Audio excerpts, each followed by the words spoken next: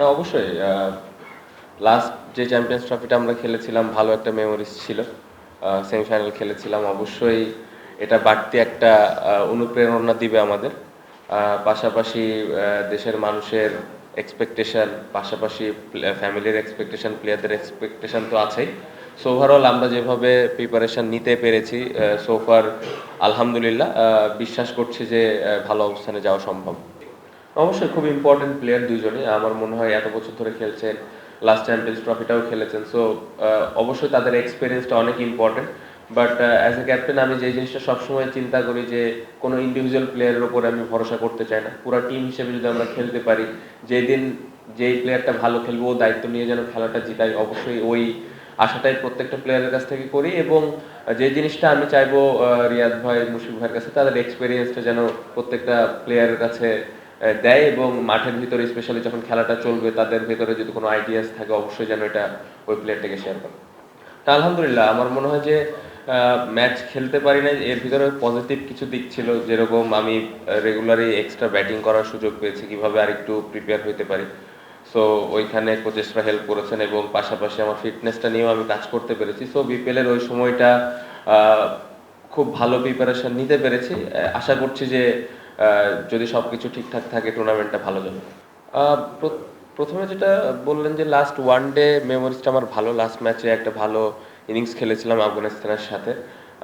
টি-20 match খেলতে পারিনি। টি-20 বিষয়টা নিয়ে যেটা বললেন যে ভালো অবস্থানে নেই, আসলে জিনিসটা হলো ইন্টারন্যাশনাল যদি দেখেন লাস্ট লাস্ট বছর রান মোটামুটি করেছি, বাট স্ট্রাইক রেটটা হয়তো ওই রকম আপ টু দ্য মার্ক ছিল না।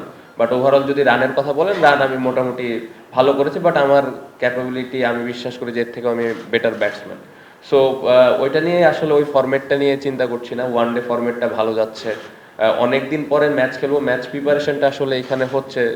গতকালকে একটা ম্যাচ সিনারিও হয়েছে, আজকে একটা হবে, এবং সামনে আর একটা প্র্যাকটিস ম্যাচ আছে। সো ম্যাচ প্র্যাকটিসটা ওইখানে হয়ে যাবে। আর এই ফরম্যাটটা তো আমরা ছোটবেলা থেকে অনেক খেলি, সো অ্যাডজাস্টমেন্টের খুব একটা প্রবলেম হয় না। আমার মনে হয় না কোচ এরকম কোনো কিছু মিন করেছে। ফরম্যাট ওয়াইজ অবশ্যই একটু তো ডিফারেন্স থাকে, বাট আমার মনে হয় যেভাবে স্পেশালি ব্যাটসম্যানরা খেলেছে এই টুর্নামেন্টটা, উইকেটটা ভালো ছিল, আমরা যে কন্ডিশনে খেলবো আশা করছি যে এর থেকে হয়তো বেটার উইকেট থাকবে। সো ব্যাটাররা ভালো প্রিপারেশন নিয়েছে, এখন লম্বা সময় মাঠে থাকাটা ইম্পর্টেন্ট। কিভাবে যে 50, 60, 70 যে ব্যাটসম্যানরা রান করেছে এটা কিভাবে 100, 130 করতে পারে, এটা ইম্পর্টেন্ট। সো ওটার জন্য ম্যাচ সিনারিওগুলো হচ্ছে, একটা প্র্যাকটিস ম্যাচ আছে। বোলাররা আপনি দেখেন যে ভালো উইকেটের মধ্যেও বেশ কিছু আমাদের বোলার ভালো বল করেছে। সো আমার মনে হয় প্রিপারেশনের দিক দিয়ে আমরা ভালো অবস্থানে আছি। স্টিল আমাদের হাতে আরো 6-7 দিন সময় তো আছে। সো আমার মনে হয় যে এই 6-7 দিনে আরো আরো একটু গুছাই নিতে পারবো আমরা। না, এই ধরনের টুর্নামেন্টে অবশ্যই চ্যালেঞ্জ তো থাকবে, বাড়তি প্রেশারও থাকবে প্রত্যেকটা টিমের জন্য। সো আমার মনে হয় যে আমি স্পেশালি পাকিস্তানে আশা করছি যে 300+ স্কোরই হবে। সো এই ধরনের স্কোর আমরা যদি আগে ব্যাটিং করে অবশ্যই করতে হবে, এবং আমাদের ডিফেন্ড করার ক্ষেত্রেও এরকম দেখা যাচ্ছে যে ডিফেন্ড করা লাগবে। সো 300+ এক্সপেক্ট করতেছি। দুবাইতে এক এক সময় এক এক রকম হয়, বাট স্টিল আমার কাছে মনে হয় 260 to 280 এর ভেতরেই থাকবে। সো বাট এটা আসলে এখানে এভাবে সংখ্যাটা মেজার করাটা ডিফিকাল্ট, বাট যদি ওভারঅল অতীতের স্টার্ট দেখেন এরকমই থাকে। সো পার্টিকুলার ওই ডেতে আমরা আসলে উইকেটটা দেখে কিরকম রান করা দরকার বা কত রানের মধ্যে আটকানো দরকার, এই জিনিসগুলো নিয়ে আমরা অ্যানালাইসিস করবো।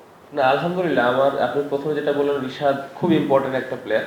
একটু আগে আমি বলেছি প্রত্যেকটা খেলোয়াড়ই খুব ইম্পর্টেন্ট, বাট আমাদের দেশে আসলে রিস্ট স্পিনার বলতে এখন Rishad one of the best bowler.